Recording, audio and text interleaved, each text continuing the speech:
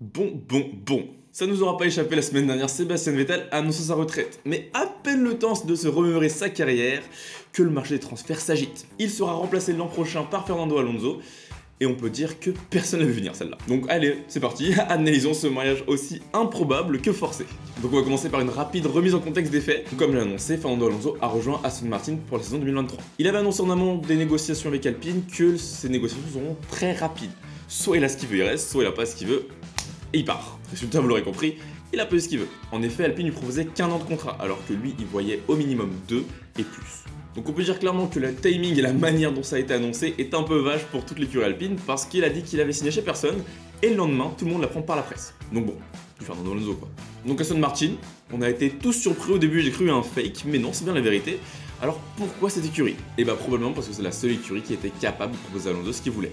Du coup, est-ce qu'il s'agit d'un bon deal? Mais on va commencer par se mettre du point de vue de Fernando Alonso. Déjà, il va arriver dans une écurie où il sera naturellement le numéro 1, parce que Lance Stroll, c'est un adversaire qui sera moins coriace que Esteban Ocon. Bon, on verra bien, mais je pense que c'est un adversaire moins coriace, qu'il aura plus de facilité en piste, et qui pourra donner un retour à 100% sur le monoplace, un peu comme Magnussen le fait chez Haas. Alors je compare pas Magnussen à Alonso, mais savons que le retour technique sera meilleur. Alors certes, aujourd'hui, Aston Martin, c'est la 9ème écurie du plateau, et c'est clair que passer de la 4ème à la 9ème, c'est pas ce qui fait le plus rêver, mais c'est le début d'un nouveau projet, un peu à la McLaren en 2014, donc est-ce qu'il retourne dans les mêmes erreurs que du passé, ou alors ce projet, il y croit vraiment et il va tout faire pour que ça fonctionne?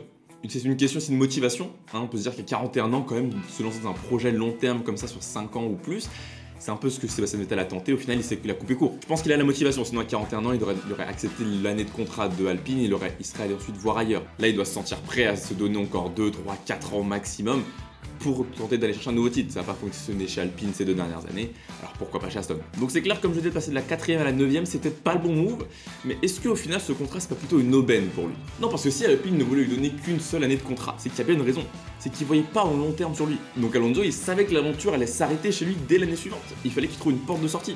Mais la porte de sortie, elle s'ouvrait pas. Du moins, très peu d'écuries étaient capables de lui offrir cette porte.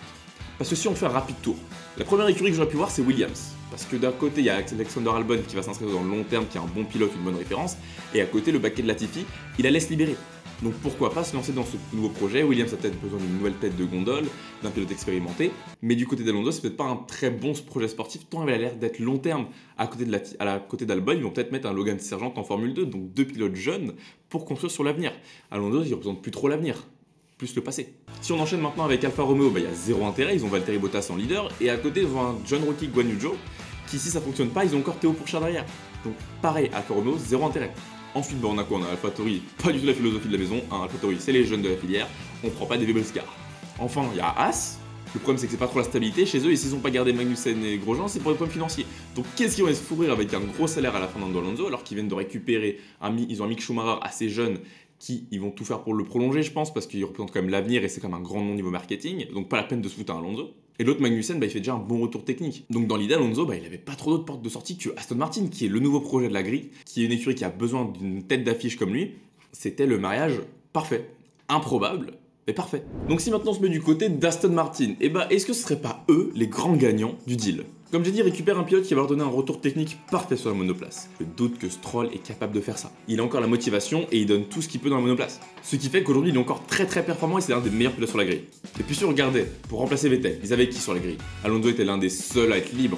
Mais Schumacher, c'est pas du tout le même style, c'est pas le même profil, c'est pas ce que Aston voulait. Ils doivent prendre un Pierre Gasly. Je pense que Pierre Gasly ça rentrait parfaitement dans les cases. Mais il a un contrat déjà pour l'année prochaine.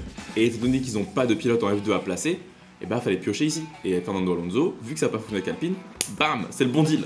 Parce que souvent quand tu veux faire un gros coup, quand tu veux annoncer que ton projet va fonctionner, tu ramènes des gros noms. Si on prend le parallèle avec le foot et qu'on prend le Paris Saint-Germain à ses débuts avec les Qataris en 2012, ils ont ramené Zlatan. Si on prend le M Champions Project en 2016, il y avait la folie du grand attaquant. Même si lui il est jamais arrivé. Mais dans l'idée c'est qu'il faut ramener un gros nom pour donner du crédit, pour montrer que les gens là, ils y croient à ton projet. Donc oui, niveau communication et sportif, Aston Martin fait un gros coup. Tant qu'Alonso reste performant sur les prochaines années, c'est-à-dire la 2e, la 3e année de son contrat chez Aston Martin, il n'y a pas de doute que c'est un bon deal. Ensuite, à voir si le niveau décline et à voir les nouveaux pilotes qui vont arriver sur la grille, s'il n'y a pas des plus jeunes, plus performants. Enfin, on va rapidement regarder du côté d'Alpine parce que ça c'est le sujet d'une prochaine vidéo qui arrive juste après. Mais est-ce que Alpine, du coup, c'est les grands perdants? Ils perdent un pilote qui formait une très bonne paire avec Esteban Ocon, un pilote performant qui était capable de faire des grosses performances comme la première ligne au Canada. D'un point de vue image, Ramener Alonso, lui proposer un contrat, le faire revenir en disant tu vas être champion du monde, on compte avec nous, pour que il parte de lui-même 2 ans après. Moyen. Et puis si tu regardes aujourd'hui sur la grille, il y a qui pour le remplacer? Mick? Latifi? Gasly? Non, je sais bien, vous pensez tout ça, on sait tous à qui on pense. Si Alpine l'a fait, c'est qu'ils avaient une idée derrière la tête. On n'est pas bête, on sait tous que c'était Oscar Piastri. Donc ils ont pris le pari de pas garder Alonso parce qu'ils ont Piastri. On voit aujourd'hui que c'est peut-être pas tout top, mais on en parle dans la prochaine vidéo, je vous assure. Donc pour cette fin de saison, l'ambiance à mon avis chez Alpine va être un petit peu tendue, vu la manière avec laquelle ça a été fait.